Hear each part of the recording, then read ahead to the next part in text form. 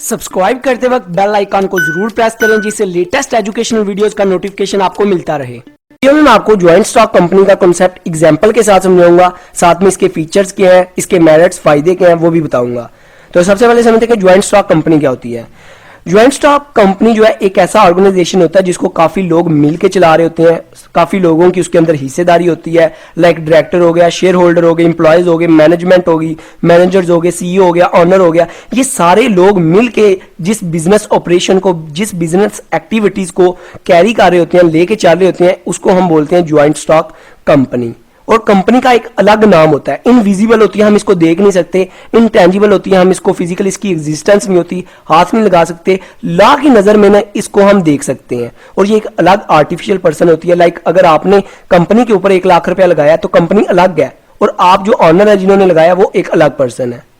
अब इसके फीचर्स देखते हैं। फीचर्स क्या है? फीचर में सबसे पहले आ जाता है आर्टिफिशियल पर्सन, कि कंपनी एक अलग पर्सन है और आप एक अलग पर्सन है, दोनों डिफरेंट है। ये नहीं कि अगर ऑनर है उसने पैसे लगाए हैं तो हम उसको कंपनी कंसीडर करेंगे, नहीं। ऑनर जो शेयर होल्डर जो होते हैं वो ऑनर ही होते हैं। शेयर का मतलब हिस्सेदारी, तो वो जो लोग पैसे डालते हैं उसको हम शेयर होल्डर बोलते हैं। तो शेयर होल्डर जो है वो अलग है और कंपनी एक अलग एंटिटी है। जैसे रिलायंस है और मुकेश अंबानी, ये अलग अलग है। जैसे सैमसंग है और उसके जो ऑनर डायरेक्टर है वो अलग है। इसी तरह आईफोन ने ना सैमसंग के ऊपर केस किया था कि ये हमारे डिजाइन कॉपी कर रहे हैं, तो सैमसंग आईफोन ने सैमसंग के ऊपर केस किया, उसके ऑनर या डायरेक्टर पे नहीं, क्योंकि उन्हें पता है कंपनी एक अलग है और ऑनर एक अलग चीज है। काम तो सारा ऑनर कर रहे हैं पर नहीं, कंपनी के ऊपर केस किया है क्योंकि आर्टिफिशियल पर्सन है। सेकंड पे आ जाता है सेपरेट लीगल एंटिटी। देखिए आपने एक बिजनेस है, उसके ऊपर लाख रुपए लगाया है, कंपनी के बनाने के ऊपर ज्वाइंट स्टॉक कंपनी लाख रुपए में बनाई है, तो कंपनी में से आप 50,000 रुपया निकाल लेंगे ना, तो कंपनी के अंदर एंटिटी होगी कि 50,000 रुपया ऑनर ने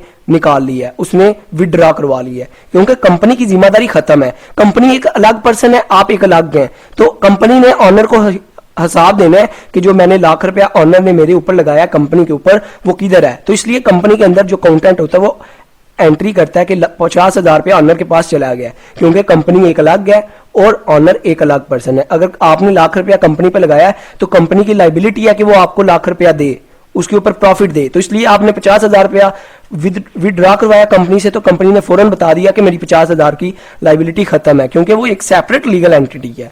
थर्ड पे आ जाता है फॉर्मेशन। कंपनी की फॉर्मेशन मुश्किल होती है, थोड़ा लॉन्ग प्रोसीजर होता है, थोड़ा खर्चा भी होता है, डॉक्यूमेंटेशन भी करवानी पड़ती है, कॉम्प्लिकेटेड होती है।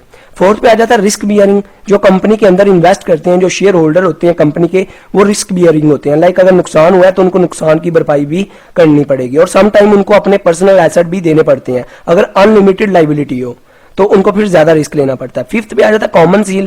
कंपनी की एक अलग नाम है। लाइक अगर कंपनी को पैसों की जरूरत है उधार की, तो वो बॉन्ड इशू करती है मार्केट में जनरल पब्लिक को, तो कंपनी बॉन्ड ऑनर के नाम से इशू नहीं करेगी, कंपनी अपने नाम से इशू करेगी। लाइक रिलायंस है मुकेश अंबानी की, तो रिलायंस कंपनी बॉन्ड इशू कर रही है डेट इकट्ठा करने के लिए जनरल पब्लिक से, तो वो बॉन्ड के ऊपर अपनी कंपनी की स्टैंप लगेगी, अपना नाम बोलेगी कि ये हमारी कंपनी के बॉन्ड है, कॉमन सील।